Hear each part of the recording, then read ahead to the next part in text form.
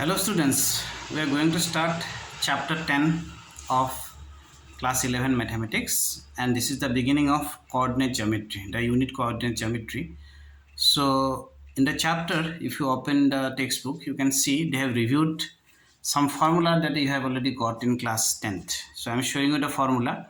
The first formula they have reviewed is the distance formula, which is used to find the distance between 2 points x1, y1.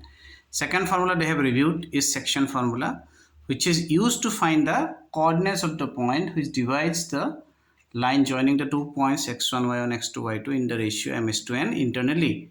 And from the section formula, if we take the ratio m is to 1 to be 1 is to 1, we can get the midpoint formula. And the last one, they have reviewed the formula of area of a triangle, which gives us the area of a triangle with vertices x1, y1, x2, y2 and x3, y3. So with the help of this formula of class 10th, we are in a position to attempt the some first 5 or 6 questions of exercise 10.1. This is the very first question of exercise 10.1, where they have told us to locate these points on the graph. First is -4, 5, then 0, 7, and the third is your 5, -5, and the fourth is -4 and -2. So we have located all this point on the coordinate plane. All right. So after location, the second part of the question is they have told us to find the area of this quadrilateral ABCD. So we have to find out the area of the quadrilateral ABCD, but we don't have a formula for quadrilateral, right? Area of a quadrilateral.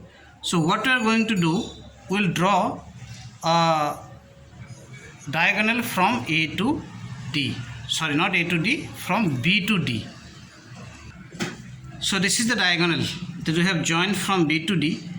After joining the diagonal, now we can find out the area of the triangle ABD, and then we can find out the area of the triangle, this one, BC and D. So after finding their area using the formula that we have seen, the area of a triangle formula of class 10, we can add both the area of this triangle, area of this triangle, and get the answer. I'm sure you can complete this question. Question number 2. In the second question, what they have given us, it is PQ and A. This triangle is equilateral triangle where this length from here to here, this PQ is of length 2A. So since equilateral triangle, this will be also of length 2A, and this will be also of length 2A only. Okay. So we have to find what is the coordinates of this point A. So if these three are 2A, naturally from here to here we will have the value A. So using Pythagoras theorem, we can easily find out the length OA, because Pythagoras theorem say what we can write down. If we use Pythagoras theorem, we in the triangle OPA, we can write down PA square is equal to PO square plus OA square. POA square, PA square का value it is 2A whole square, PO square का value A square, OA square we do not know. So 4A square minus A square, we will have 3A square equal to OA square. So what will be the value of OA? OA will be plus minus root 3A. So why plus minus is coming? Because this side we can have root 3A 0, this point, and this point A point could be on the other side also, na? It could be here also. If I join these 2 points, then this point A could be on the other side of the x-axis. So this point, इसका coordinate जो है A dash will be minus root 3A 0. And you can see the question in the textbook, they have used plural form. Find the coordinates of the points. So these two are the answer. Question number 3. In the third question, we have to find the distance between P and Q, where PQ is parallel to y-axis. So this is the point P, x1, y1. This is the point Q, x2, y2. And we have to find the distance between them. That means distance from this to this point, and it is parallel to y-axis. When it is parallel to y-axis, this point, your x coordinate, that is x1, will be equal to x2. So in the distance formula, if we apply this value, x2 minus x1 will be 0. So remaining part will be plus square root of, what I mean to say, this is the original formula, and in this particular case what is happening, this part has become 0. So this part is remaining square root of square of y2 minus y1. So y2 minus y1 will be the answer, mod of, that is difference between these two. In the second part of the question, what they have given, it is parallel to x-axis. So this is the situation. Here it is P, here it is Q, x1 y1, x2 y2. It is parallel to y-axis, x-axis. So your y1 will be equal to y2. So in this particular case, second part के लिए this part will become 0, है ना? So for second part, our PQ का answer will be x2 minus x1 mod. So this will be the answer for the second part. The distance between P and Q will be mod of x2 minus x1. That is difference between the coordinates, x coordinate of these 2 points. Fourth question में, we have to find the coordinates of a point on the x-axis, and we know that on the x-axis your y coordinate is 0. So we have taken the point to be a0, and which is equidistant from 2 points. What are the 2 points? 7, 6 and 3, 4. All of these points should be equidistant from these 2 points. So if I say this point could be P, this point is A, this point is B, that means according to question we can write down PA equal to PB. So which implies A minus 7 whole square plus 0 minus 6 whole square, square root, correct? And PB के लिए A minus 3 whole square plus 0 minus 4 whole square, square root. So from this we can find out the value of A. Showing you the calculation part, we have removed the square root sign and then break it open, and the value of A comes out to be 15 by 2. Hence the required point is 15 by 2, 0. To attempt question number 5, you have to learn the new topic which is called slope of a line. In fact, the syllabus of class 11 starts from question number 5 only, where we are going to learn what is slope of a line. The slope of a line. This is the very first topic of chapter 10 in class 11. If theta is the inclination of a line L, then tan theta is called the slope or gradient of the line L. You might be wondering now, what does the word inclination means? So let me define for you. The angle theta made by the line L with positive direction of x-axis and measured anti-clockwise is called the inclination of the line. Obviously, the value of theta will lie in between 0 degree and 180 degree. Why it is so? We will see in the following diagram. You can see in this diagram, this is the red line which is L, which makes angle theta with positive direction of x-axis, and definitely this angle will be 180 minus theta. So whenever this line L is parallel to x-axis, then the value of theta will be 0 degree. When this red line is parallel to y-axis, the value of theta will be 90 degree. So going back to the definition of slope, we can write down now the slope is equal to tan theta, which is usually denoted by the small letter capital M. So if we write down theta is equal to 0 degree, then M is also 0, slope 0, means any line parallel to x-axis, slope is always 0. And if we write down theta equal to 90 degree, so what is the value of tan theta when theta is 90? That is not defined. When theta is 90 degree, then we can say the slope is not defined. In other words, you can also say कि the slope of x-axis is 0 and slope of y-axis is not defined. Suppose we try to solve this question. What is the slope of a line with inclination 45 degree, 60 degree and 30 degree? So what would be the answers? The answer to the first question would be tan 45 degree 1. The second question ka answer tan 60 degree root 3. And obviously the third question ka answer tan 30 degree 1 by root 3. So these are the slopes of the line 1 root 3 and 1 by root 3. So it seems to be very easy topic because this inclination will be given to you in the question, this angle, and we have to just tangent of this angle and find out the slope.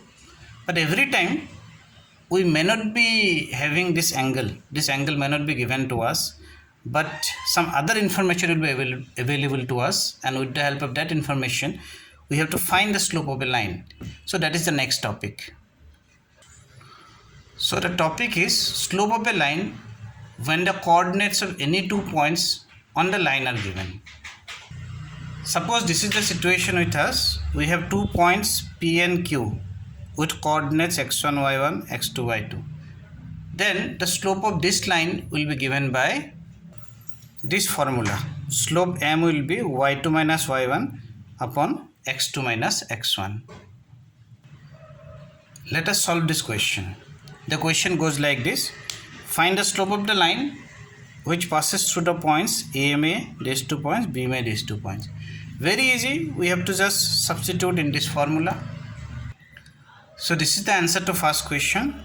y2 minus y1, so 3, x2 minus x1. That is slope is minus 3 by 7.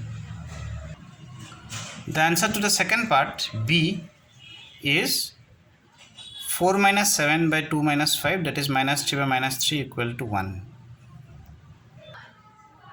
Next comes the condition for parallelism. Parallelism of two lines. Suppose दो line parallel है, then their slopes has to be same. Obviously, because if two lines are parallel, the angle made by them with the positive direction of x-axis will be same. So their slopes will also be same. Secondly, the condition for perpendicularity. If m1 and m2 are the slopes of two perpendicular lines, then m1 and m2, their multiplication will become minus 1. These two conditions are very very important. You should remember them for our future use.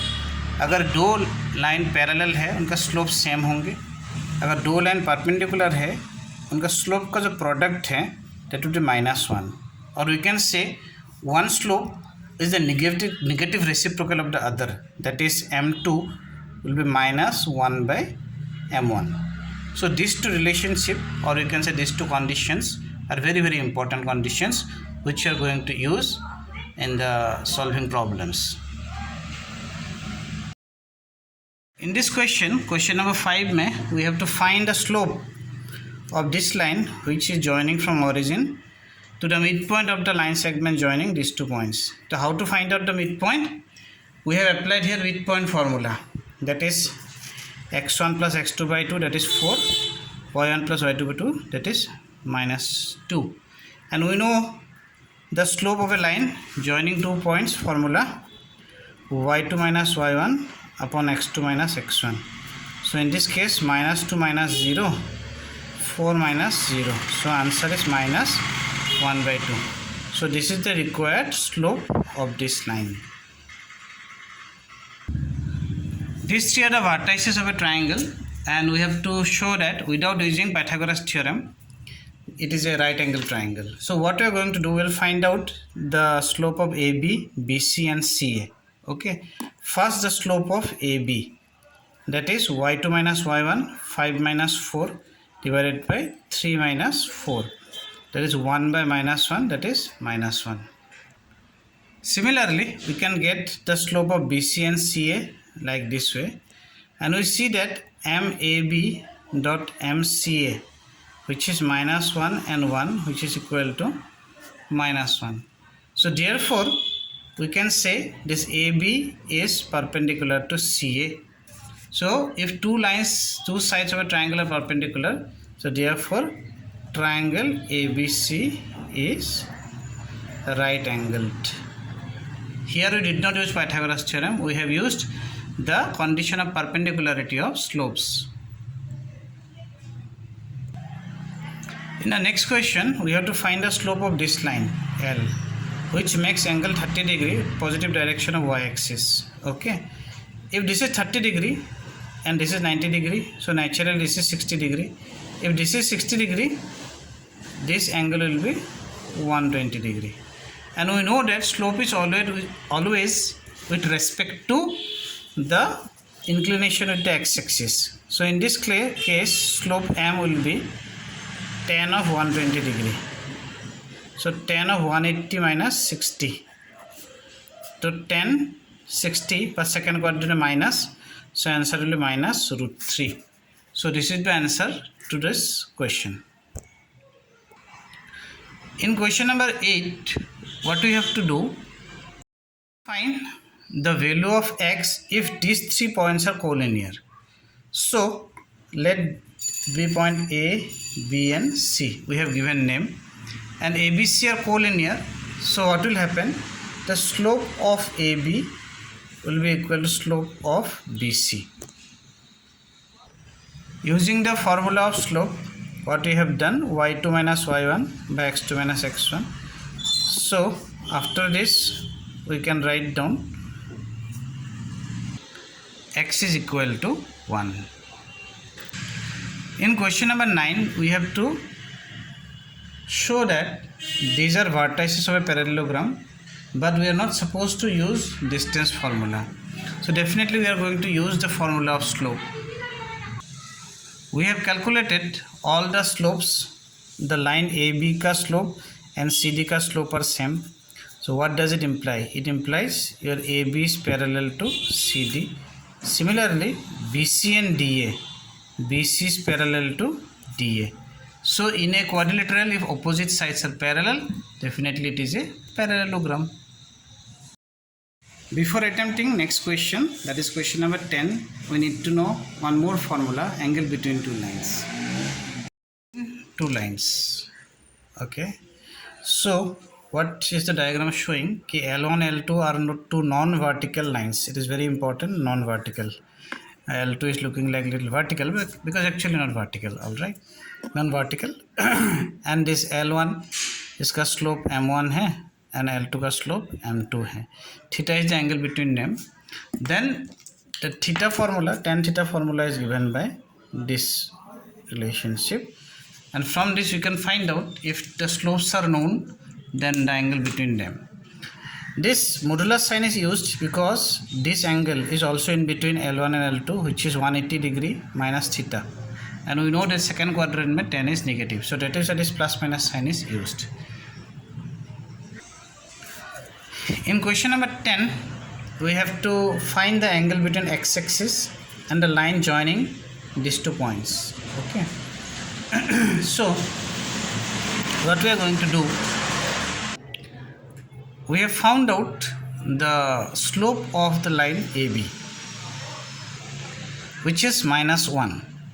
So therefore what we can say, tan theta is equal to minus 1. So theta will be in the second quadrant. So you can write down right side में tan of pi minus pi by 4, right? So therefore theta का value will be pi minus pi by 4, which is 3 pi by 4, or you can say it is 135 degree. So this is the answer to question number 10. In question number 11, what they have given, the slope of a line is double the slope of the another line. If the tangent of the angle between them is 1 by 3, find the slope of the lines. So I have assumed let the slopes be m and 2m. So according to question, if we write tan theta, which is equal to 2m minus m upon 1 plus 2m into m, okay, mod sign. So what is given? The tangent of the angle is 1 by 3, and ऊपर में we have m, नीचे में we have 1 plus 2m square. mod sign is there. So if we remove the mod sign, what will be getting? 1 by 3 plus minus m upon 1 plus 2m square. Now we have to consider two cases. First we will take this plus sign, then we will take minus sign. Taking the plus sign, we reached up to this stage where we get value of m to be 1 and 1 by 2. Alright, solving this equation. So one slope will be your 1, another will be half. So definitely your 2m will be value 2 and 1. Similarly, you can take the case 2. Take the minus sign over here, solve it, and you can find the required answer.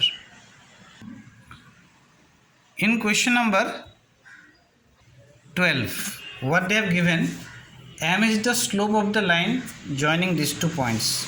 So you can write down m equal to k minus y1 h minus x1.